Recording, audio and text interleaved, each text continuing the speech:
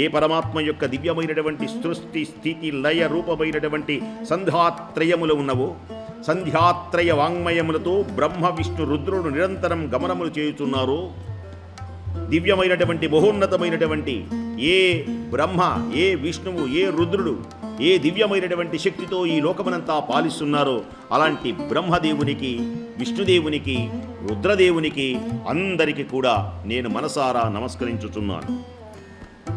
పుణ్యమైనటువంటి విశేషంలో అష్టాదశ పురాణములను రచించినటువంటి మహానుభావుడు వేదవ్యాసుల వారు.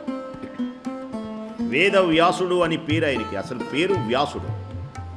పరాశరాత్మజం వందే సుగతాతం తపోనిధం వ్యాసాయ విష్ణురూపాయ వ్యాసరూపాయ విష్ణవే నమో వై బ్రహ్మనిధయే వాసిష్ఠాయ నమో నమః. ఈ భూమిపై జ్ఞానస్వరూపుడై అవతరించినటువంటి మహానుభావుడు, తేజోమయమైనటువంటి రూపము కలిగినటువంటి మహానుభావుడు ఎవరయ్యా అంటే వ్యాస భగవానుడు.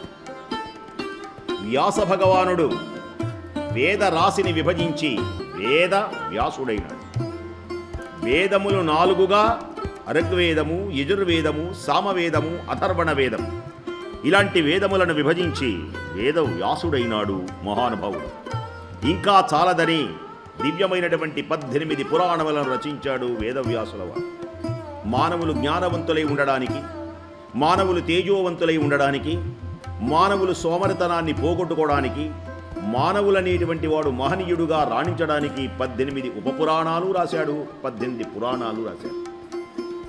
ఇవి కాక మహాభారతాన్ని రచించాడు పంచమ వేదంగా, ధర్మతత్వజ్ఞులకు ధర్మశాస్త్రంగా, ఆధ్యాత్మిక ఆధ్యాత్మిక శాస్త్రంగా, యోగశాస్త్రకులు యోగశాస్త్రంగా, సకలమైనటువంటి ధర్మాలు, మానవుడై స్త్రీలు ఎలా ఉండాలి, పురుషులు ఎలా ఉండాలి, బ్రాహ్మణులు ఎలా ఉండాలి, ఇతర వర్ణాలు ఎలా ఉండాలి, సంసారం ఎలా చేయాలి, ఎలా ప్రవర్తించాలి, పిల్లలు ఎలా ఉండాలి, ఏ ఏ ధర్మాలు ఆచరిస్తే మానవుడు ఉత్తముడుగా ఉంటాడు, ఎవరెవరు ఏది చేయాలి, ఏది చేయకూడదు, ఎలా ప్రవర్తించాలి, వీటికి సంబంధించినటువంటి అఖండమైనటువంటి జ్ఞానం మొత్తం మహాభారతంలో పంచమ వేదంలో చక్కగా వివరించారు.